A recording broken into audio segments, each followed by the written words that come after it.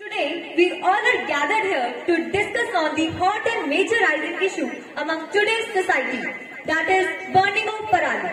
And for this discussion, we are having different people from the different sectors of the society.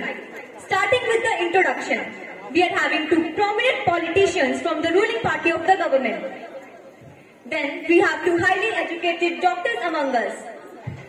Then we have farmers who play a major role in this discussion. Then we have people from education sector. Then we have social workers. So first of all, I would like to know farmers' opinion as they are the one who perform this activity. Well, I would like to say that farmers are only blamed for this activity of stubble burning. We do acknowledge that this is causing a lot of pollution and this is converting our own houses into gas chambers, but still we are the ones who are also suffering, and I think we do not have any alternatives. I think the government is responsible for this. Yeah. So you are pointing towards the government. Yeah. So yes, I would like to know politicians' call on this. No, I don't agree with farmers at all. We politicians are not going to farms and burning the stubble.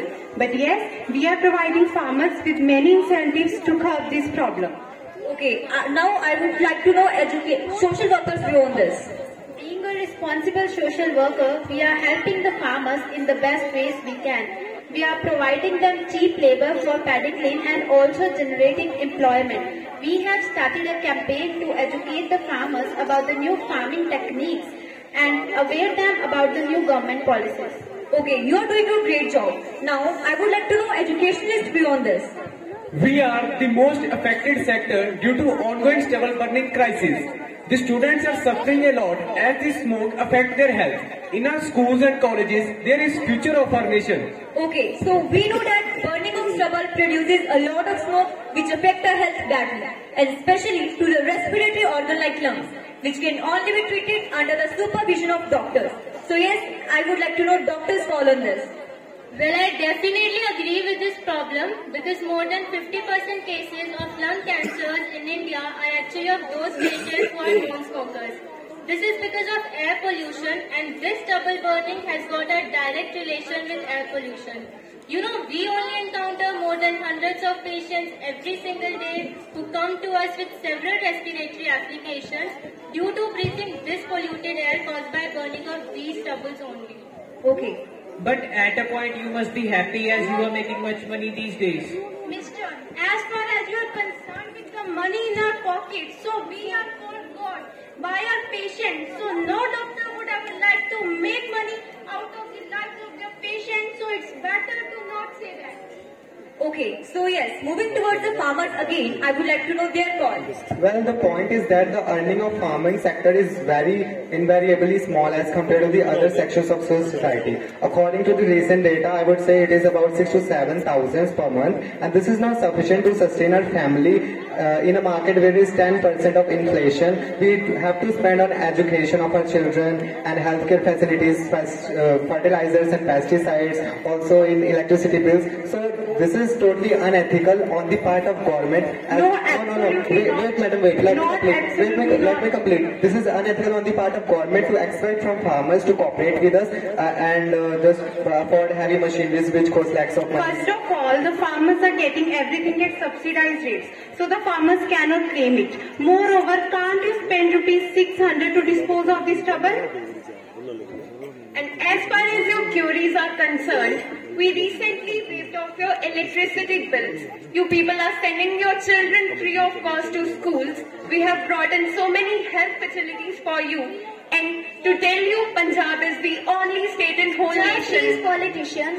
Just these politicians doing what they do the best, talking so big and doing so less.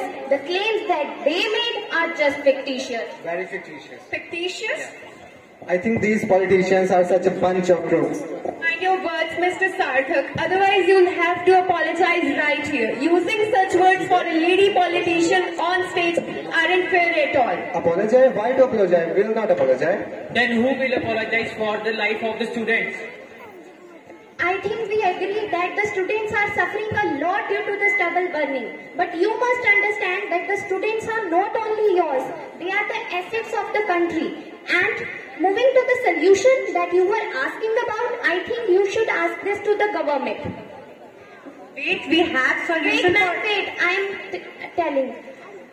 Do you know about the Punjab Preservation of the Subsoil Water Act? It was passed in 2009. It prohibits the sowing of paddy and transplanting the paddy before the notified dates announced by the government. We are not going to the farms and not sowing the paddy. Do you have some common sense? Have some brain and ask this to the government. We understand your problem, but we are finding for a permanent solution. We don't want to put the lives of the children at such a tender age at risk. So till then we need cooperation from farmers, society and all of you.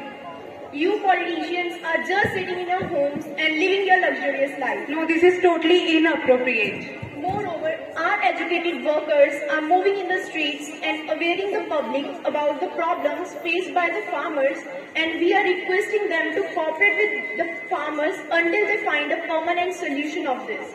The people representing you in legislature in morning and holding meetings with the party members same evening, do you think the people are sitting idle in our homes? The students can't study in this environment filled with smoke due to these farmers. So we need a solution because this is affecting their health too. We are very well aware of the fact that most of the educational institutions are located in the outskirts of cities near to the farms. So we have ordered the district administration and MLAs to facilitate the farmers and dispose the stubble in an eco-friendly way. We can't risk the lives of children. And I would like to ask the farmers that even if we keep the health factor aside, still burning of these stubbles is converting your land into barren land. It's affecting this fertility of your soil, and still you're burning them. Why? I definitely feel that this is also a very big problem, but we only are with the agriculture sector.